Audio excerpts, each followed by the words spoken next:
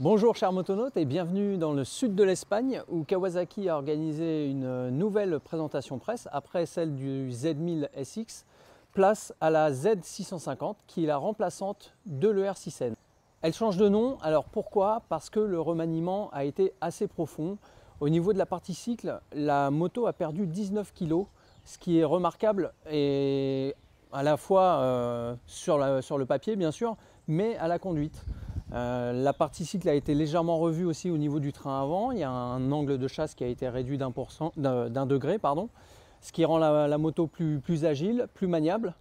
La selle a été diminuée au niveau de la hauteur de 1,5 cm, ce qui permet aux plus petits de toucher le sol plus facilement. Après les grands, c'est vrai qu'il faudra peut-être voir à utiliser une selle un peu plus haute afin de déplier les jambes.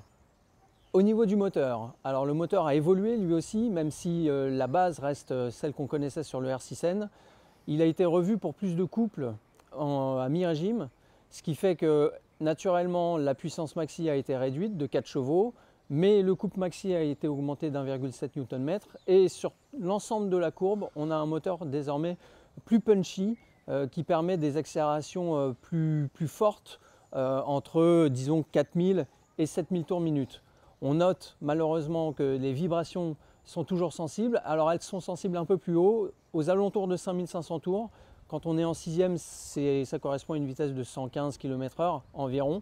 La bonne surprise, la bonne nouvelle, c'est que ces vibrations qui sont sensibles, surtout au niveau de la selle, disparaissent aux alentours de 130 km/h. Ça ne devrait donc pas trop gêner le conducteur sur autoroute. En ce qui concerne les suspensions cette fois, étant donné la perte de poids assez colossale, les settings de la fourche ont été revus.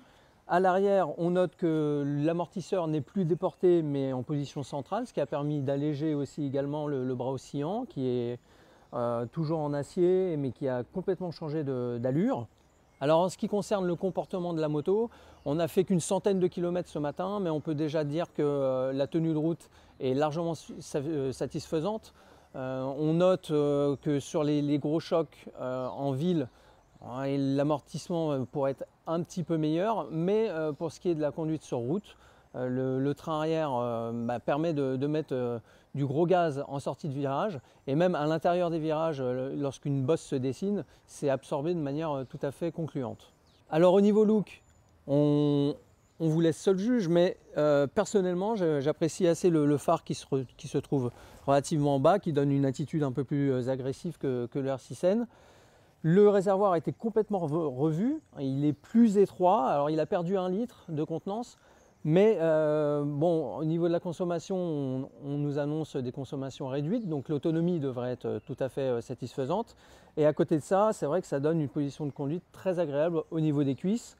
Au niveau du look aussi, elle fait moins imposante que le R6N avec son réservoir qui était un peu plus ventru. Alors à l'arrière, on note que le terme de Tsugumi qui est utilisé par les Japonais prend tout son sens, puisque l'arrière est assez court, il a été bien dessiné et les parties peintes et non peintes lui donnent un aspect lui aussi très sportif.